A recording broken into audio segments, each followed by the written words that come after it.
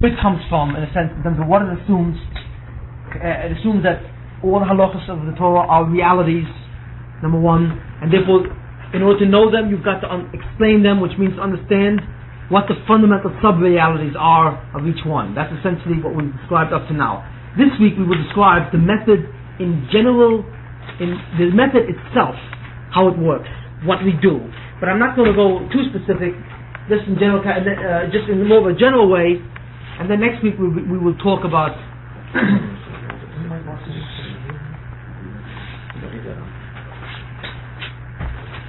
okay, now how does the method work? Okay, how does it work? I mean, it sounds very ambitious. How does it actually work? Well, it's really very simple.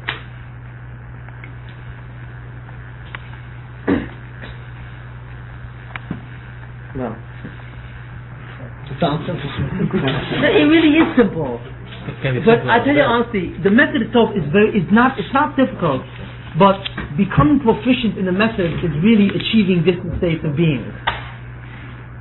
It's really what it is. That's why it's difficult, and you will only understand it when you achieve the thing. It's a different levels of being. It's a level of mind. That's really what it is. It's a different level of sensitivity to the innate processes behind ideas. That's what it is. How does it work? How does it work? Okay, let's take a mashal.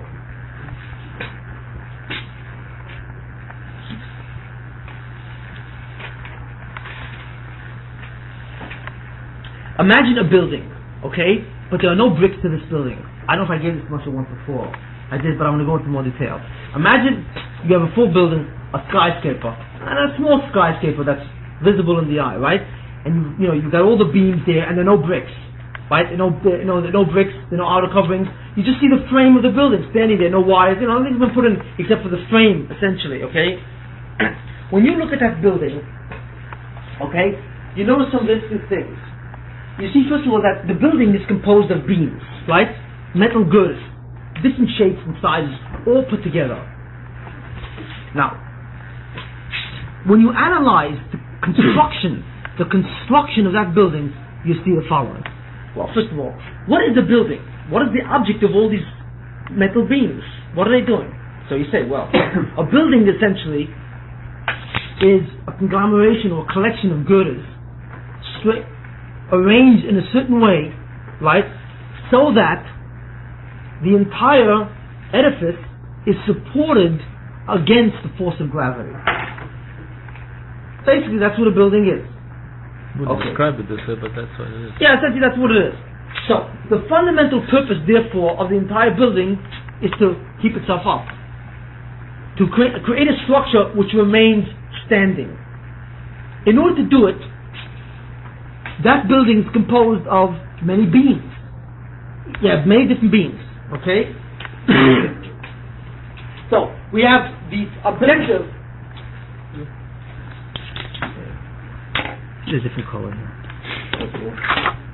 We have the objective, okay? The objective of the building, number one. The second thing we have, what is the building made of? It's made of metal beams. So we have the components. Okay? We look at the components and we see that the components are arranged in a certain way. Right? So we have the structural arrangements or pattern. Okay? These are so therefore, if I want to understand how a building is constructed, I say to myself, one, what is the tachlis of this thing? Number two, what are its components? What is it made of? And number three, how are the components fitted together or placed together or arranged together so that they fulfill the objective? Right? That's essentially what it is. Now, so let's say I want to answer this question. What are the components? Well, I look at each beam, right? I look at the beam and I see, well, what is the beam made of? I ask myself, what is a metal beam? first of all, what is it made of? What kind of material is it made of? You know, steel, alloy, titanium, whatever. What is it made of? What is its material aspect? Number two, how is it shaped or designed? You see, it's another thing I want to know about it. And many other properties or qualities that I want to know each beam. And I say, I want to know that about each beam. So, let's say there are 500 beams in the building. Beam 1, there's beam 1, 2, 3, 4, 5, each you want to give me a number. I say to myself, let's analyze, right, the materials and the shape of each beam. Beam number 1 is composed of the following material. It's shaped like this. Beam 2, beam 3, beam 4, beam 499, beam 500. Right? We understand that? So, there are 500 beams, right? And what I want to know are the characteristics, right, of each beam. You know, to create the component, wherever it's created in the factory, you know, where they make these things. The essence of it. What? The essence of it.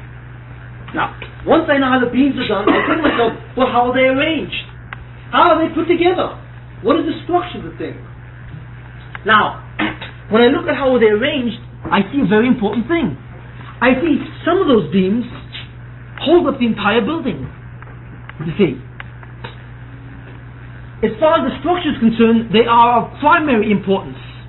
There are other beams which don't hold up the building, they simply connect one beam to another. They are of secondary importance, and so on and so forth. Tertiary importance and down the line, you see. So therefore, when I talk about the structural arrangement, each of these components arranges itself in a pattern so that each beam has a structural significance. The structural significance of a beam is essentially the structural contribution that it makes towards the objective as a whole. Okay? Now the structural arrangement really refers to the structural significance. Hierarchy. Yeah, and that would be in the level of a higher car. Significance. Okay? You see how we go? That is the logical, analytical, logical mahalach in which to analyze how a building is done. Okay? Then finally, there's a fourth thing. You see, there's a fourth thing which I had not mentioned. And that fourth thing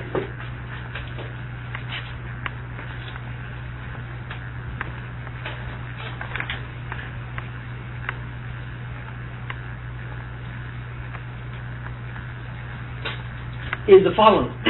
That in order to achieve this objective, you have certain components in a certain structural arrangement. You see. But the truth of the matter is, there could have been a number of other possibilities. There are many ways. There are many different types of components. For example, components, the beams could be composed of different kinds of materials, many different types, in range in many different ways to accomplish the same kind of objective, really. You know, there's a lot of different variations and possibilities.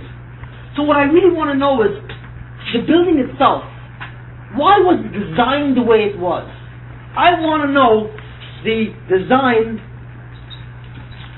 logic.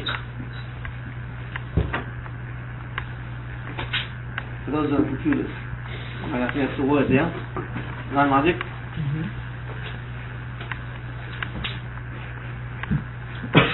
Okay? That's what I want to know. Why is it designed that way? It was 4 a Y to 3. What's that? 4 is a Y to, in a sense, 2 and 3. The design of anything. Why are the components designed the way they are, right? Why is the structure arranged that way? That's the design logic, really. The design logic really refers to components, right?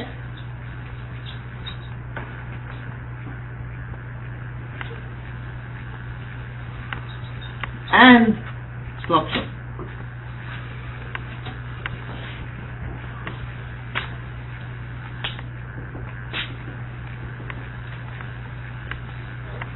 This is clear to everyone?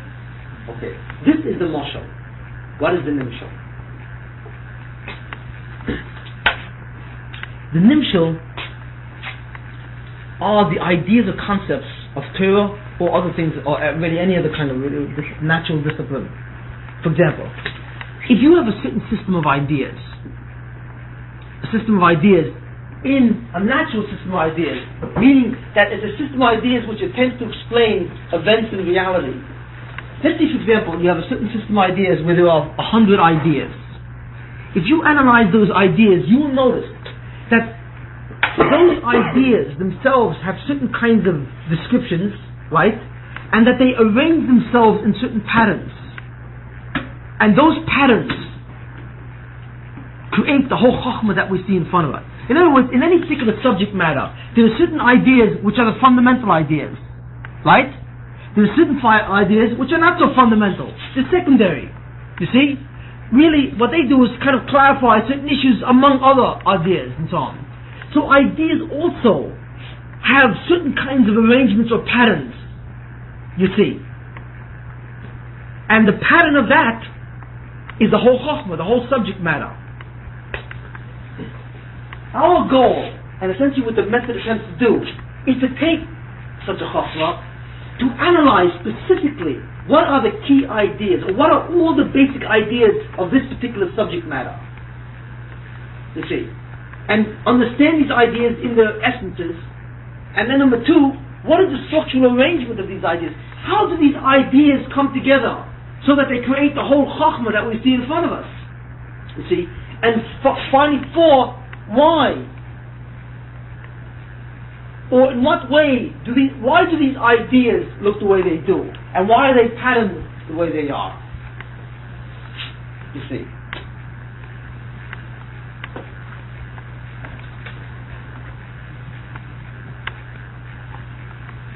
That's already getting into the next mechanism, right? Yeah. You mentioned more transformation. Yeah. Now, as it talks about what we were speaking about last week, you see,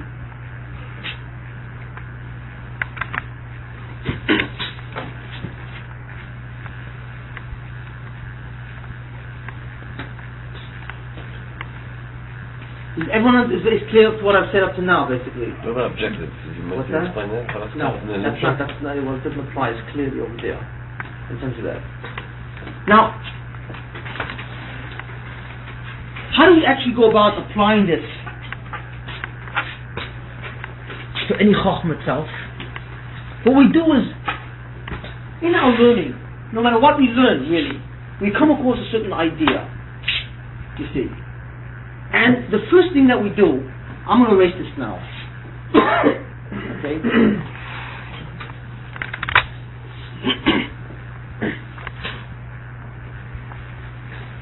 The first thing we do is, let's say we go into a certain subject matter. For example, let's say we go into the subject matter of Moed, the Shabbos. Okay? For example, we're learning Shabbos. Our Shabbos has hundreds of ideas, basically. The first thing we do is we examine each idea and we say, what is this idea? What is it made of? What is it composed of? What exactly is the definition of it? For example, we come across the notion in Shabbos, the concept called the malacha. It says that on Shabbos, there are 39 malachas that you are not allowed to do. You are prohibited to do 39 malachas.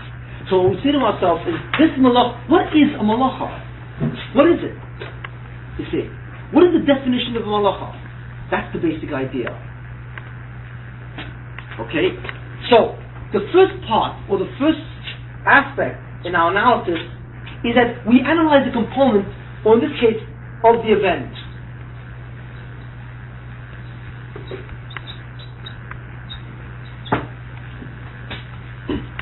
We analyze the entities that are involved in, for example, Shabbos. Shabbos itself has many halachas. Those halachas, as we said, are phenomena, or they're events. They are realities. When a person does a malacha on Shabbos, he does something. It's not that he just, did it and that's the end of it. If he does a malacha on Shabbos, by doing the Issa on Shabbos, he does a certain pagam in the Bria. There's certain very critical things happen. The ripple effect throughout reality as a consequence of the malacha that he did. You see. The first thing that we say to ourselves is, what is a malacha? This entity, an entity means any being, any object. What is this thing? What is this entity? And the way we understand an entity is we attempt to understand what are its characteristics.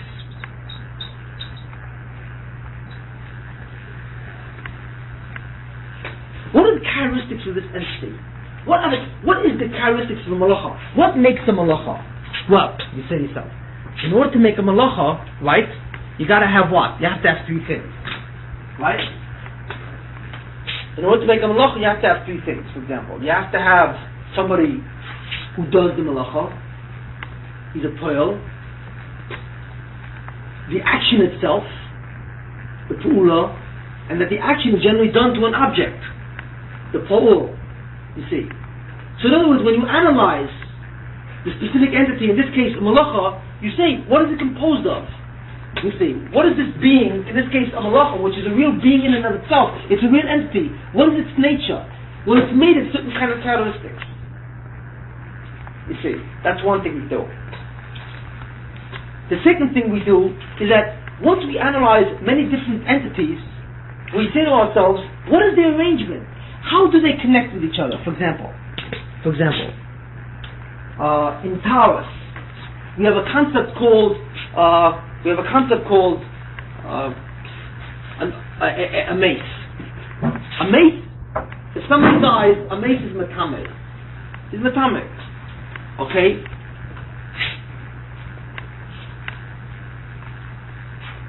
Then we also have a concept called oihel. A mace is matame by oihel. It means that if a mace is in a room, anything which is in that room also becomes tameh.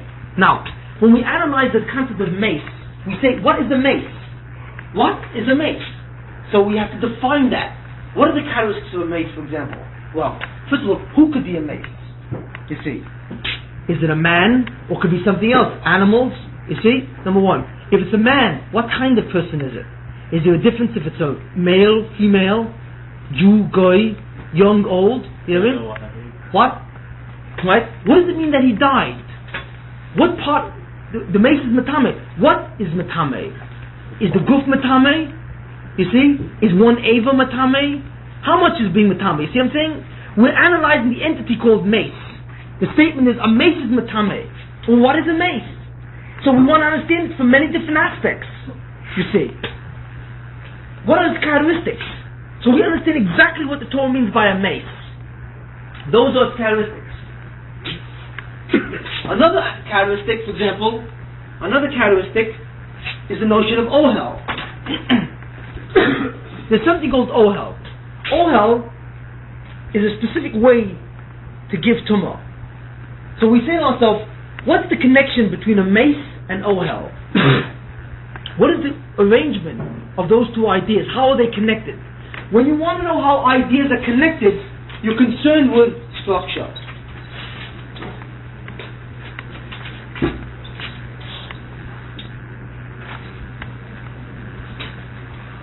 When you want to know what the idea is in of itself, you're concerned with the entity.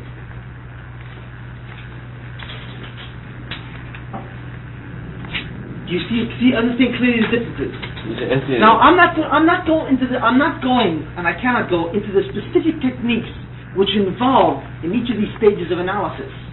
I just want you to understand what each of these stages require. Entity now simply means you simply take a certain concept which applies to a certain reality or being, and you say to yourself, what is the definition of this thing? What is this thing? Describe it to me. And then after you amass different concepts, and you say to yourself, what is the arrangement of these various different concepts?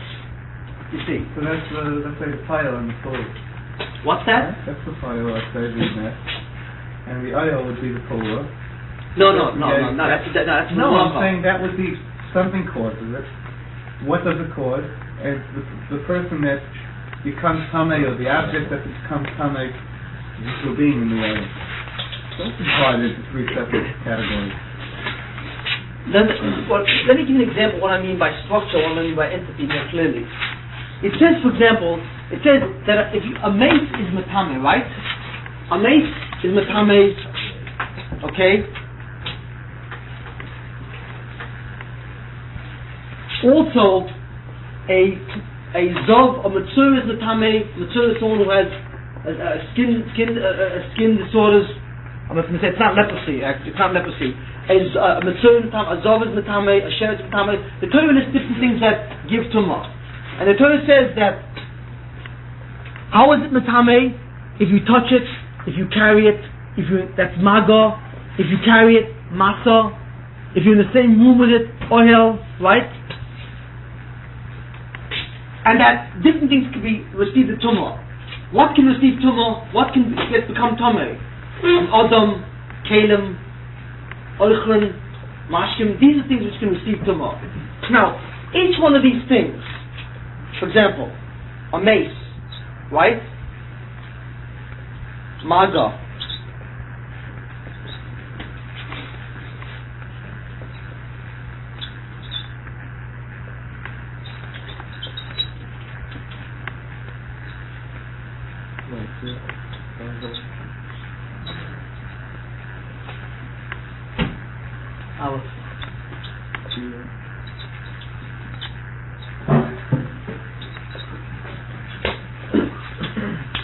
These are many different ideas, right? The Torah says that a mace, a zog, material shirts, all of these things can give tumah by touching it, by being in the same room with it, by carrying it. What can receive tumah? Adam, Kalim, Ochran, for example, Mashkif, right? Now, each of these things require analysis. You say, what is a sheretz? What is a sheretz? The Torah says the sheretz is in the Tameh. What is a sheretz? What does that mean? It means, where does it come from, a sheretz? What species is it? What does it mean that a sheretz died? You see, when you say a sheretz in the Tameh, are we referring to the whole sheretz, a part of it? All these are different aspects of the definition of what a sheretz is. Okay? The same thing with mace. All of these things, Mitzvos. What is the fundamental? This is an entity analysis. Kalim. Kalim can receive tumah. What are kalim? What is the fundamental definition of kalim? What should they be made of? How should they be shaped or designed? What should they be used for? Are there restrictions to these things? Each of the halachas which describe these things are essentially halachas which describe the characteristics of these things, which are entities. You see what I'm saying? In other words, instead of seeing halachas of mess are just many different halachas, what the halachas are doing, they're telling you what a mess is. They are describing the characteristics of what a mess is. You see, instead of learning all the different halachas of Kalim, there's a whole masechta called Kalim.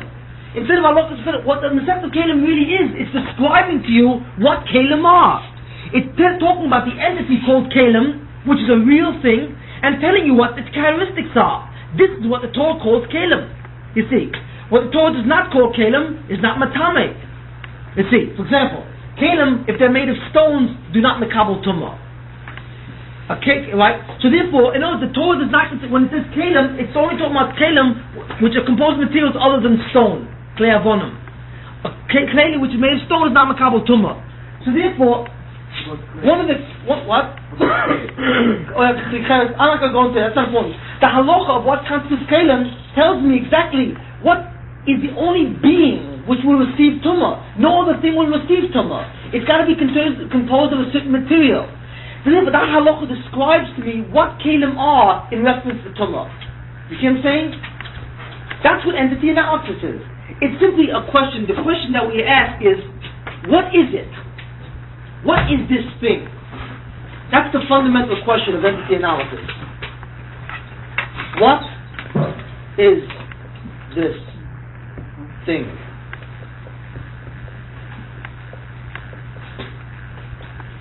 That's the fundamental question. What is this thing?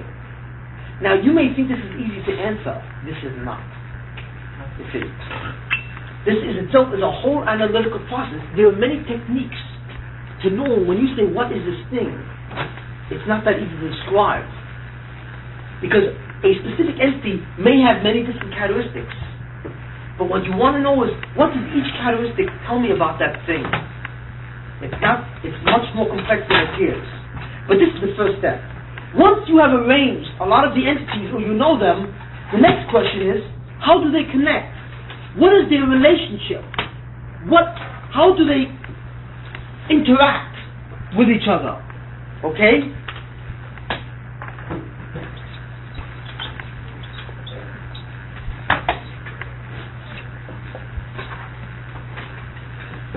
How do they relate? Now, what's the answer answer of how do they relate here? What's the answer of that? The answer is the following. These things relate. Can anyone tell me how all these basic ideas essentially relate? Okay. What? Okay. No, all these ideas, the whole thing here. They're all common. Can you give me what is this? Can anyone tell me this basic structure of these basic ideas? No.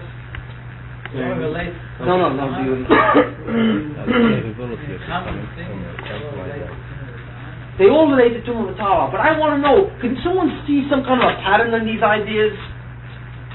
One won't work without the other. What's that? One won't work without the other. What does that mean? You have to have something that gives, something that takes, and an action that's done. It has to be one. It's one full system. What's the system? What's the system? It's a complete circuit. What's that one? So what? Okay. What's the system? Structure it out. We want to know what the system is. How do they relate? What is the system? So what's the system here? One gives the tumah, one is makabel the tumah, and exactly. That's the system. One is a source. The other one is a recipient or makabel, right? And the masaman too is the way that you transfer. This is the transfer mode. Or what's called the vehicle. The way you transfer it. Yeah, that's it. So therefore, the structure of the system is this. The source, through a certain transfer mode, right, will give over tumah to a certain recipient. This is the structure. You see. Do you see the difference between structural analysis and entity analysis? In entity analysis, we're only concerned in knowing what each thing is. But structure knows how they're connecting. What's the story that they're telling me? What's going on among all of them? And what's going on is that certain things are called sources. They possess tumah. And in certain ways, certain conditions, certain transfer modes or vehicles, they will give over that tumah to certain other objects which will receive it. And then they will hold it. You see? You see what I'm saying? This is the structural arrangement of these ideas.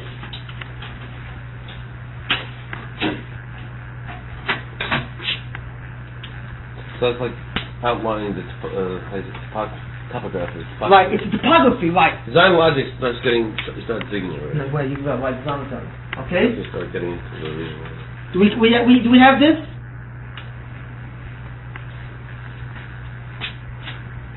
Okay.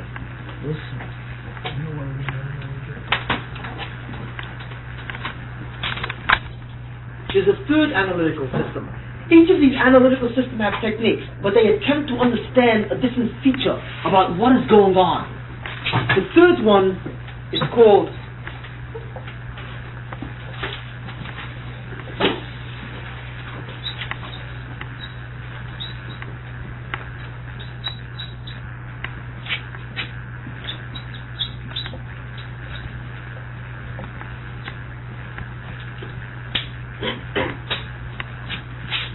variational analysis. It's a study of variation. How does one thing affect another? For example, we have seen that the structure of tumah is where you have a source, right? Through a certain transfer mode, right? Affects or will give over tumah to a certain makabel, or recipient, okay? Right? This is the structure of essentially the simple structure that we've defined. And these are the entities, there are sources, and so on. Now, we notice one thing over here. You see. If the source, for example, is a mace, or if the source, for example, is let's say, a novella, let's say a mitzvah. Okay? Both of these are sources of tumah. You see. But each source has a different transfer mode. In other words, a mace has a transfer mode of ohel, but a mitzvah does not. So what we want to know is the following. How does one idea affect the other? You see, it's more than a further breakdown. What we want to know is the variation of the thing. In other words, given a certain condition in one, it will influence a change in the condition of the other. Variables. Right, exactly. One change in one will affect the conditions in the other. If you change the source, you see, other things will change. You see. And for example, different sources have different transfer modes. But that's not true. What we want to know is... Sometimes a recipient becomes the transfer writer. Yes, there are a lot of different things. For example... So before a message from the Tama person, the person was the recipient, right? Yeah, but then you think... Then he... We'll get into a second. I'll read that over. I try to say what it is in the mess that... Because the mess is what it is, No, what we simply want to know is what ideas connect to different ideas, and we want to notice the change Of the structure. of the change of the structure of the whole system. Right, the change. In other words, for example, if you take one, what happens is what we want to know is the following. If you go right, you'll end up in this direction. If you go left, if you change one entity in a certain way, you see, how will it affect another idea? Will it force a change in a different idea? For example, in ethics example in Kachim. The chain effect. As an example, let's What does it say with that? stay in the It's a chain effect.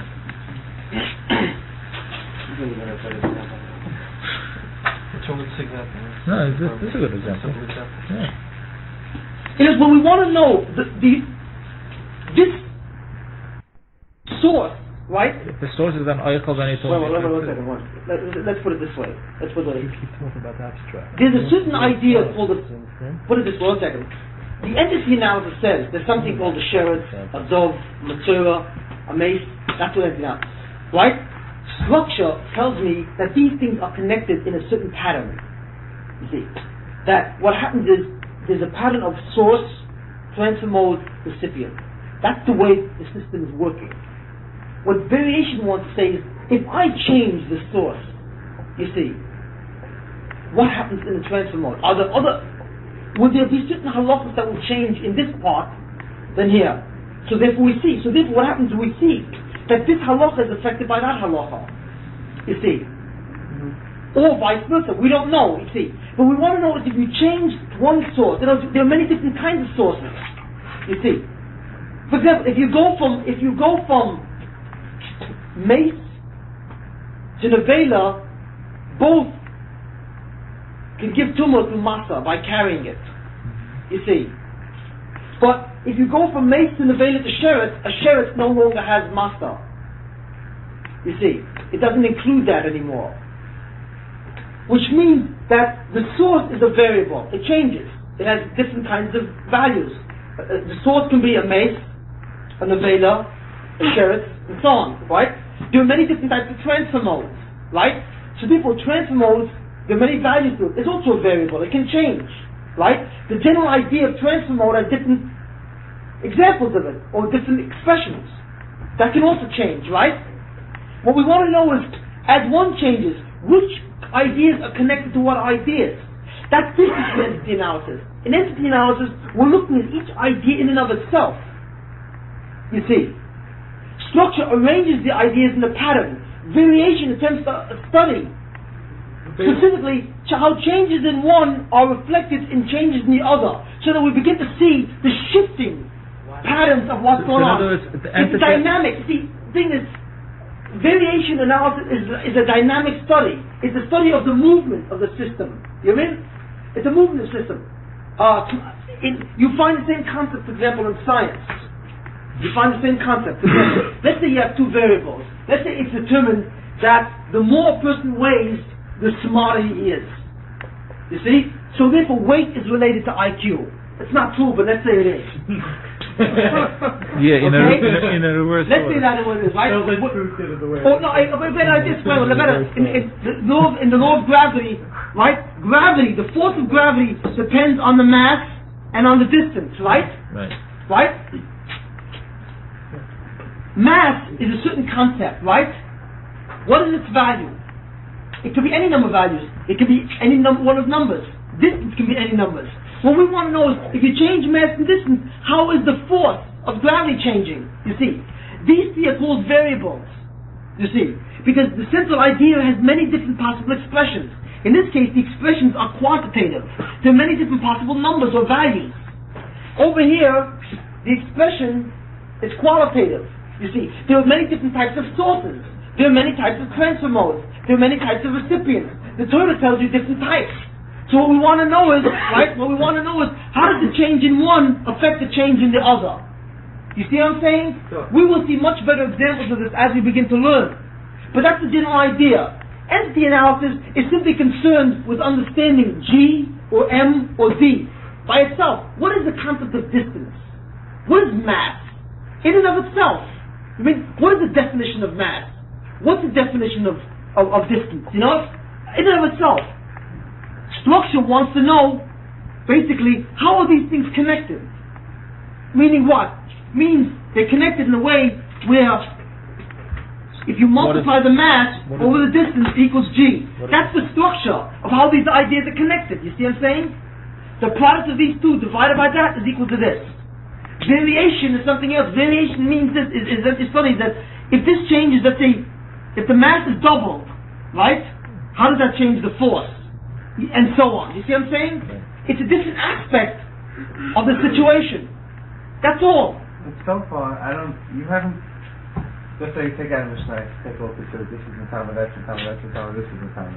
Then you have to look why, then start explaining, either the Gemara explains, or Rashi or the Mepharshim explain what each one is. What's with them? And then it explains how each one, what the Elio, Mago, Master. So far, you're not doing anything new. That's the way you have to learn. You have to see what each thing does. It's nothing different yet. It isn't. I'm listening. I haven't seen anything different. No, because what I'm saying is very basic. You're putting names, so you're giving titles to things which we didn't have a title for, maybe, but fine. Okay. So, one patient. You have to have patience for it. What we're doing, these things are essentially very logical, in the sense that what we're doing is we are describing or identifying different aspects of analysis. In one case, you want to analyze this thing. In another case, you want to analyze this thing. In the third case, you want to analyze that. These are different aspects of analysis of the different things. Now, it is true that to a certain degree, everyone who learns does some of these things. Yes, it's true. But all they do is some of these things. You have never performed any of these things in a rigorous way, nor are you really aware of all the ramifications of what's involved in each of these things. Of course, the logical mind does these things. But the logical mind says, well, what is this? Oh, what's the connection here? The logical mind attempts to understand this thing. But these systems are much more rigorous and precise than you would imagine. And that when you take them to a very precise level, they come up with far more information than you could suppose. For example, we understand what variation analysis is. Now, let me go one thing, and then I'll give you an example of what I'm talking about, okay? Yes. You'll see what I mean. One point is concerning variational analysis. Yeah. Would you say that variational analysis is understanding the permutations of structures? Yeah. It's not. No, it's really the permutations. It's the permutation within the structure. Yeah, that's given a certain relationship. As this changed, how is this changing? yes. Okay. Given a certain relationship. Now, the last thing is called design analysis, right? Or what I really call reduction.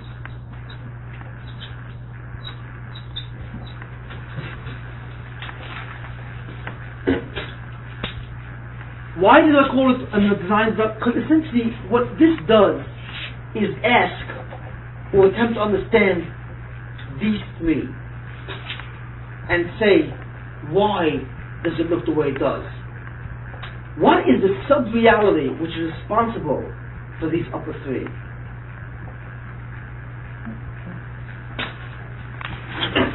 What do I mean? You understand the reason why the halakha is the way it is. Yes. In other words, what we're saying fundamentally, why is the halacha that way? Why is the halacha that way? It means, why does, for example, he must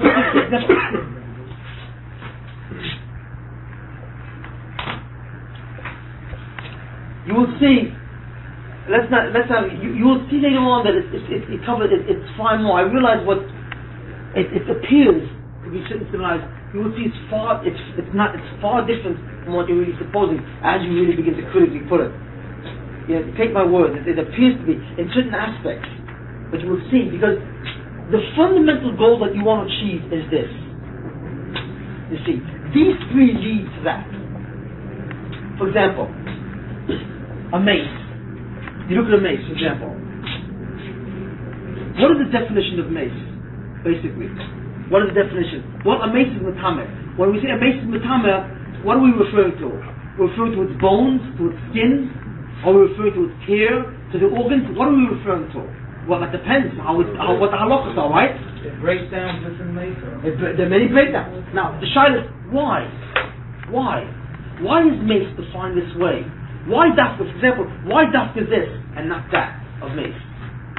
What defines, what circumscribes or restricts the entity that it functions only given this particular characteristic? That question is a question of design analysis or reduction. You see. The second thing, structural analysis. What is the structure of talis? Well, you said before, there's a source, right? There's a transfer mode, and what? And then there's a recipient, right? Now, what about that recipient? If that recipient or makabel tumah touches something else, does it become tomei? It can, right? It can. So therefore, what happens is that this recipient itself can become a source, which then has a transfer mode, right? And affects another recipient. Correct? Isn't that the thing? So therefore, the structure of talis, you see, basically looks like that. Now, design analysis will ask on this, why does the structure appear this way? So you may say, what do you mean design? Why does it appear this way? Because it means that in actuality, talis could be composed of three different possible structural patterns. The first talks about the following. The Torah says, when a person dies, he becomes tamei. That's all. He becomes tamei. What does it mean? It doesn't mean anything. It means there's no other halachas from Tumah. It cannot give it anywhere else. For example, a person becomes a Matzorah. Let's say, for example, a person becomes a Matzorah. The Torah says when a person becomes a Matzorah, he becomes tamei. Can he give it over? No. He cannot transfer it. He can't. In other words, Tumah is a static state. That's how the Torah could have said. It's possible when the Torah says the following things become Tomei. A Matzorah, Zov, Zova, Nidia, Ledis, Matzorah, the whole slew. All these things become Tomei. You see. Whatever it is, it's on Torah. What are the halachas? Can they give it over? No, they can't. If they touch something with it, they can't get it over. Tomei cannot be transmitted. So then what's the nafkamina if the thing is Tomei? Well, the nafkamina is, if someone's Tomei, for example, he can't go to a certain place. He can't go into Beit HaMikdash. But not that he can give Tumah, he can't eat certain things. He can't do certain things. That's all. Those are the halachas. That would throw Mesa out of the category. What? That would throw Mesa out of the category. No, it wouldn't. Because it means you can't take a dead body in a certain area. Why not? If you can't transfer the tumah, why can't you? Because it can't, because in some way it can't. That's not relevant. I don't care what the halacha would look like. We can create a halacha. It's hypothetical. We don't, it's not important what the halacha would look like. All I'm simply saying, it's conceivable that tumah would have been a static state. The Torah says that when something happens, this thing becomes tamei. What does it mean that becomes tamei? It means that there are certain things which are restricted. Or whatever it is, whatever it is, doesn't matter. That's it. That's tumah v'taharas. There's a lot of things that can transmit the tumah. If it's tumah by them, it's still tamei. Truma and all Yeah. That's so the Torah could have. So the thing is, you can't eat it. So the same way. But the Torah would have said that. Instead, the Torah doesn't say that. The Torah says that these things which have tumah can actually transmit this thing. So therefore, we advance from the concept of tumah being static to tumah being dynamic. It could move. This is a structural enhancement. This is a new concept. You see what I'm saying? The fact that the Torah says that tumah is no longer static. For example, kedusha is static. A kedusha is static. Something which is kodesh, for example, doesn't give over its kedusha to anyone else. A korban doesn't give over truma. If truma touches something, it doesn't become kodesh. You understand what I'm saying? So in other words, what you're saying is that the source itself has sometimes a design of static or being dynamic, depending on what level it is. No, depending on what the Torah said about it. Right. But okay. Why do you call it a structural enhancement rather than just a characteristic? That's, you know. In other words, what we see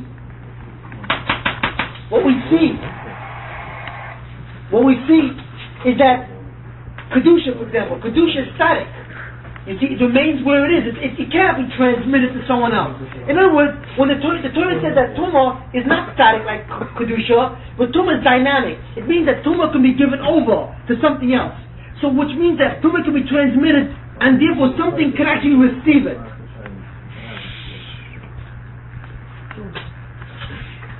Well, do you understand what I'm saying? So Tumah is dynamic. It can move from place to place. Now that's a chiddush. That is a structural chiddush. That tells me, the system, the way it's working. You see, it's very important to observe. That is a chiddush. That's a structural. The system, the way it's working. You see, it's very important to observe. That is a chiddush. That's a structural enhancement. The structure of a static state is very different than the structure of a dynamic state. You see, it's totally different laws. It's a different phenomena, different series of events. You see what I'm saying? Now, the fact that this can receive, can this thing give over? Is that automatically can give over? No. Who says? Who says? It's possible for the Torah to have said, wait a minute, Tumah can be transmitted and received. But who says that something, a receiver, can transmit also? Who says that a recipient could be makal, could be give? In other words, to be a mushba is a different thing than to be a mashpia. They have different qualities, right? The quality of being a mushba is very different than the quality of being a mashpia. Isn't that true? So who says just because this thing can receive it, it has the quality to be a kabul tumah? There are certain things in the item itself which allows it to have tumah affix itself to it. But who says that has the ability to project it out? No one said that. But the Torah says. The Torah says that here's a two, that a makabel can actually become a source itself. But that is a new structural addition. So see, not only is Tumah dynamic, but Tumah is multi-dynamic. In a sense, right? That it's capable of moving from level to level. That's what I mean by structural analysis. Structural analysis attempts to look at the whole system and say, what is going on here? What is the system? Design analysis is to understand this. Why does this system look the way it does? This system could have been anything. You see, it could have been a system where it was static. It could have been dynamic only or multi-dynamic. Each one says something entirely different about the system. You see what I'm saying? It's a total different statement about the system. So, what reduction attempts to do is ask the question and then answers it. It says the following. It says the reason why structure of the system is multi-dynamic is because of the nature of Tumah itself. There's something about Tumah which can be done. What about Tumah? That remains to be understood. You see what I'm saying? But in other words, what it says is that the structure or the way the system is operating, the phenomena or the flow of Tumah, is determined by the fundamental sub-reality of what Tumah is itself. You see what I'm saying? The why. The why of Tumah. Why is it sometimes made easier? Let's say by Tumah, the Torah just tells you that this is Tumah, this is Tumah. Let's say by Shabbos. Yeah. The Torah says that you should rest. That what is the reason for the malachas? Because it's supposed to be Tanakh. And all these malachas are going away from Tanakh. It's work, let's say. And they use the malachas HaMishkan or whatever, but you know that the basic reason is Tanakh. So you can go, that's the why. And from there you can go on, and this is a malacha, that's a malacha, so you know the why. You start off with knowing the why. Well, other things you don't know any why at all. Some of you don't know why. You don't really know the why. That's not true. You think you know the why. The why of reduction. You said why I call reduction, because remember the cone, we reduced the cone down. Remember that? That's why it's called reduction. Really. I can But didn't you go one step further by Shabbos and by, you know that a malacha, what's the reason that a malacha is a malacha? Because it's not a time. It must be. It must be because even, for example, I'll give you an example. Like what I'm talking about here. What's design? This is the deepest of all things. Remember, this is what I have to do. This is the explanation. This is where it's at. But you cannot reach this level until you understood this. The designer now has to understand why of entity. Why these entities? Why do they look the way they do? Why are they arranged in this way? Why do they vary in this particular pattern? You see. So the design analysis is the cone. You see, when we try to explain it, and the design analysis will attempt to explain this in terms of its sub-reality, to understand the nature of Tum itself. You see, now for example, in the Malachas of Shabbos, for example, there are many Malachas of Shabbos.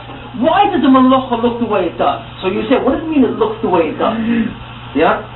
If you subject it to these different analyses, you will see that a Malacha has certain kind of characteristics. There's a pole, and there's a pole, and there's certain components that attach to it. For example, a malach is in its particular gufa. Some chayav and so on. Why? Can you tell me why? When one Tana holds chayav, one chayav is potter, he's telling you something about the innate nature of a malach itself. What is the concept of an activity? You see, he's defining an activity involves these elements. And another Tana, like Rav Shimon says, it involves these elements. What each one is really saying is that they define the nature of an activity in a totally different sense. So it's not so simple to say, well, it has to do with a tainug. I mean, what do you mean a tainug? It's not that simple. I know, but I'm saying there's a reason at the end. You know the reason at the end. The end is the reduction. But you know the reason, now you have to work in the structure and say, why is this, this not. But basically, in the end, you come in because Moshe and Tzrichel Gufa, if you did a certain malacha that you weren't really doing the work because you didn't really need it, so therefore it wasn't really doing the work. By someone we actually don't know. Why is there someone? We don't know. I mean, unless we'll come to a... Yeah, but one thing you see deeper, he's saying that's true, we're saying. But why is it mentioned the time on the first? Yeah, but we don't know that. Well, we don't know. That's you know something. That's a different level. It just appears that you do. As soon as you begin to analyze what it is, you see suddenly all the things begin to fall apart. That's why what I was saying before, that even though each of these methods have certain things that you already done, when you apply these methods in their entirety, you see a totally different picture emerging. For example, like Tumah V'Tahara. This is analysis that I gave, essentially. No matter how much you learn Tumah V'Tahara, you will not come up with this kind of analysis. I don't care if you learn the entire Mishnayos of Tumah V'Tahara, and you know all the halachas involved, you will not begin to understand what I've just described, or be able to answer it. You would not even begin to notice that, wait a minute, it could be static, because you won't look at it in that way. You're not going to look at Taurus in terms of its structure, in terms of the fluctuation of structure, or the different types of structure. You see, and try and attach the different way of structures on to the different, essence of Tum itself. You won't think along those lines. Why? Because you're not thinking in terms of phenomena. You don't realize that all the halachas of Torah are phenomena, and they're determined by their sub-phenomena, and so on. You see what I'm saying? This kind of analysis is a different type of thing, and it's more than just svara. Later on, when we get into it, so on, in Yeshiva, and everything else, there's a concept called a svara. Give a svara something. There's no room for svara here. Everything must be logically connected to the things and must flow. It must be generated directly from something as a direct necessity. You see, in that kind of sense, these questions that I'm asking are structural questions here. Why are there? How do you begin to answer this kind of question? How do you even begin to answer this kind of question? The truth is, you really can't, unless you are familiar with these analytical systems. You can't even approach this kind of question. Now that you wouldn't even begin to ask this question. But this question makes sense now because of the last few weeks. That's why suddenly you understand it, and it makes not only sense. It's a very powerful question. The Rebbe designed Taurus in a certain way. All the halachas of Tumah V'Tahara is a design. He designed the phenomena, you see, which in this case we see in the flow. The phenomena called flow has a certain flow pattern, and the Rebbe designed it in a certain way. Why? I mean, why? We don't want to know why he had the kavanah. What determines this phenomena? What is it about Tumah itself? What is Tumah? And what is it about Tumah itself such that when it does manifest itself in reality, it comes out in reality as a flow pattern, being multi-dynamic? That's the question. Does everyone understand what I'm saying? We'll never understand each entity itself. Fundamentally, if you apply these methodologies itself, if you're familiar with all the techniques, and you know how to apply these things, you can obtain answers to these things. You cannot understand the phenomena itself. You mean why the Ganesh did it? Right, you cannot understand the entity, why a mass it has an entity, giving off a Tameh. No, and you can see the inner necessities, how these things too. Well, won't design analysis lead you back down to the next level down, entity analysis, structural analysis, and the cone's going to get more close. Well, that's the cone. What the cone does, it leads you down. Remember the cone? The end point's going to be... The cone, that's what I meant. Up here, that's what I meant. Remember last week? Up here you see three entities, X, Y, and Z. And you see that they're related in this way. Right? Remember? That's what I'm talking about over here. We see two of the towers that relate in this way. You have a source, the transfer modes, the recipient, and so on. Now you say why? What determines these entities, X, Y, and Z? That's entity analysis. Why are they shaped this way where X determines Y, Y, and Z, and Z? That's structure analysis.